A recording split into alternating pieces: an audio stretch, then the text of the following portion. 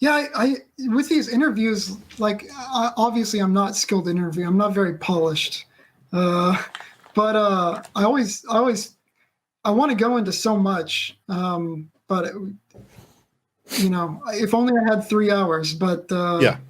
I'm always surprised at how fast they end. It was a really cool conversation. I hope that we can stay in touch. I would love to continue Yeah, promoting what you definitely. do. I should tell you, I was not ready for the deluge that would hit once we launched the campaign. I still have a day job, and so that takes me out for 8 hours a day. And when I get home, I feel like I want to relax, but I can't. So, uh, if I don't contact you, please know that it's not Oh yeah, anything personal. This has been a rough ride for me, and I'm not. I don't come from a background of public speaking. I'm an engineer, and you right. know how classically awkward engineers are. So I'm having a hard time kind of managing the chaos. I didn't know how people would react, really. I mean, after all, a projectile is just kind of a hunk of material that is, projected at high velocities. And I thought that maybe people would be like, "Yeah, what's the big deal?" I think people were really disheartened by Cody's situation, and because he had what felt like this huge momentum going for the, screw the government, we're going to take our gun freedom whether you like it or not, come and take it kind of thing. So I would predict that a lot of the excitement and goodwill that was behind that is probably going to shift to you very quickly. So you should be ready for that. Well, like like I said, it's hard for me because again, like I don't want to make out like I'm trying to replace that in any way, right? Uh, But as I put it, I made the call. I actually re-edited our crowdfunding video to put that bit in to refer to Cody because I feel like I don't want our kind of people to like give up hope. I don't want them to because they had their hero, like Cody became that symbol. He became like the guy on the poster. And I don't want them to think that Cody was the only guy that can do it and like that's it. So I hope I don't want to pretend to be that because I'm not. I just don't want people to lose hope like you're saying. At least to me, you come off in no way like you're trying to be the new Cody. In fact, it feels like you're trying to do your own thing separate from them, and I just think that that's Yeah. what I think it's going to be good, man. I think people are going to shift their faith to you, whether or their faith and excitement and hope to you, whether you like it or not. Though, I think it's a good thing, though. Run with it. You seem to have the right attitude. What I always loved about Cody's attitude, especially in front of the media, was like, I'm just here to let you know what's already happened. You guys can have all the opinions on it that you want. This is what it's already out there. The Ghost Gunner's a thing and the Liberator's a thing. Exactly. So A lot of because there's so many like critical intuitions about the project that I just can't seem to like can up in an interview. But like one of them is that I could have I could have done it like normal armor piercing ammunition is constructed, just used this new different metal in a typical AP style bullet. But I didn't want to do it that way because it took a lot of design work to make something that is the best I can do to help people make it themselves. A lot of the design has gone into ensuring that even if the government says you can't make it, that people can actually still make it. that's really powerful, man, and that's what's going to get you all the support that you need, right?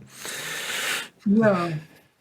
If you have a moment, I want to tell you about some of the other stuff. I mean, if I could, I would definitely like to like win some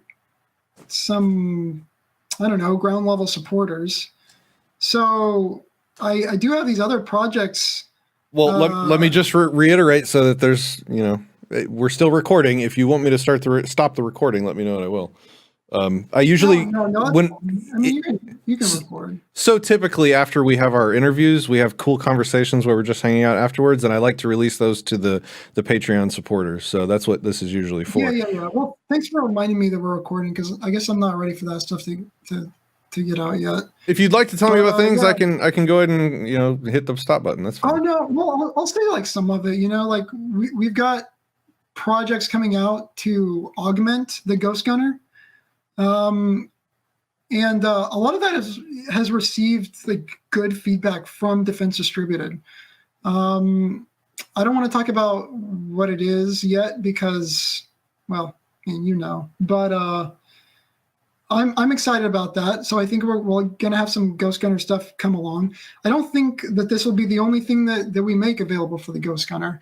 When it was designed, when the project was conceived, I think that the intention was that everybody would just start, catting stuff up and sharing files for the Ghost Gunner, and that there would be like this library of 35 items to make for it. And that just never happened. That happened with 3D printing because, of course, all you have to do is model it and click print. Whereas with machining, there's a lot more to it. You have to make code, you have to check the code, and all of this stuff. But I hope that I can try to kickstart that. So we can make these bullets, and if we can make these bullets, why can't we make other bullets? And California, of course, has ammunition bans on the way now. I think that actually, since it's January, I think they're actually enacted. So I would like to make things more open. I have some more Ghost Gunner projects in the works, and I'm trying to use the publicity of this project to attract some engineers and some other technically interested people to come on and help me with those other projects in the name of Atlas Arms. The more publicity we can get out there, the better. And I would like to become kind of like make Atlas Arms a clearinghouse for other ideas. Because, being in kind of the invention and hardware startup space, most inventions start as kind of like this idea, well, there's this problem and I would love to fix it just for myself or for the industry or for the hobby that I love. And you're not even looking for payment. It's like, how can I make a better thing and just throw it? I don't even care about being paid. But then what you run into is you have to, to do that, you have to build up, you have to get a company registered with the government, and you have to follow all the regulations, and then you have to get startup capital. Right. And that means investors. But then investors, they don't want to just, they want you to have a structure in place. They want you to have a patent so that they can, monopolize it and control it and get a return on investment. And you have all of this crap to do just to solve one problem that you saw. So I'd love to open up Atlas Arms to other, inventors, engineers, hobbyists, whatever, so that they can come and they can use Atlas Arms platform and network and resources so that they can just okay, I'm going to make this one thing. It's going to work. I'm going to throw it out there, and I don't have to spend my entire life, building it up. What do you think? I mean, you think that the people would appreciate that kind of thing, or am I just an idealist? No, people will love the idea. The thing is that the thing that I'm learning, we've done a lot of open carry walks and events and activism like that recently. Excuse me. Is that the best way to get something done from an activism standpoint is to give people a structure of things that need to be done. Like, here's something that needs work. Who can take on this thing specifically? Here's some specifications. Here's some ideas. Can you take this and run with it? You're going to get a volunteer for that 100 times faster than you're going to get a volunteer for a nebulous, hey, here's our platform. Anybody want to use it? People will not know what to do. Yeah.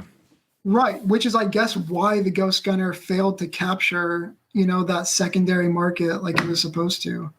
I definitely think so. Mm-hmm. And I think if they had simply come out and said, We've got 10 projects that we'd like to complete over the next 2 years. We need somebody that wants to do CAD for a pistol. We need somebody that wants to do marketing for X project. You know, like if they had, all you got to do, because most people aren't leaders, I guess is my point. Like, I think people say like 10% of the leaders, but I think it's actually less than that. I think it's like 2%, 5%, somewhere in there that are the people that lead. And most people, and I'm not saying this like to disparage them, but I think most people enjoy being followers. They like working in a team and not being the guy on the front line.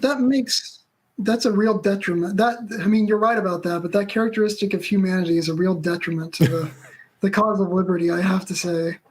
It's frustrating at times, but I think you're right. I do, though. I mean, for people that are still listening as we keep recording, I've got a laundry list of 21 items that are in some way, shape, or form about, disintermediating the state when it comes to firearms and kind of giving them the middle finger on some of these regulations. So, not all of them are as radical as what I presented. Some of them are more radical than the Dagger. But if you're interested in helping, I could use engineers. I'm going to need a software guy. If you can, whatever your skills are, I could definitely use you. And I got lots of stuff. I got this laundry list, and you can get to work. If you would like me to help you work on that list and polish it to where you could probably get volunteers for it, I'd be happy to. That's kind of what I've been doing and learning how to do over the past couple of years. I don't know if you've heard of any of the events we've done. We did a Yellow Vest Guillotine March. Yeah, I wanted to ask you about it. I think Sherry told me that you carry rifles as you feed the homeless. Is that you? Feed the need. Yeah, that's we've. Yeah, okay. That's so great. it's illegal in a lot of states to feed the homeless, and including Texas.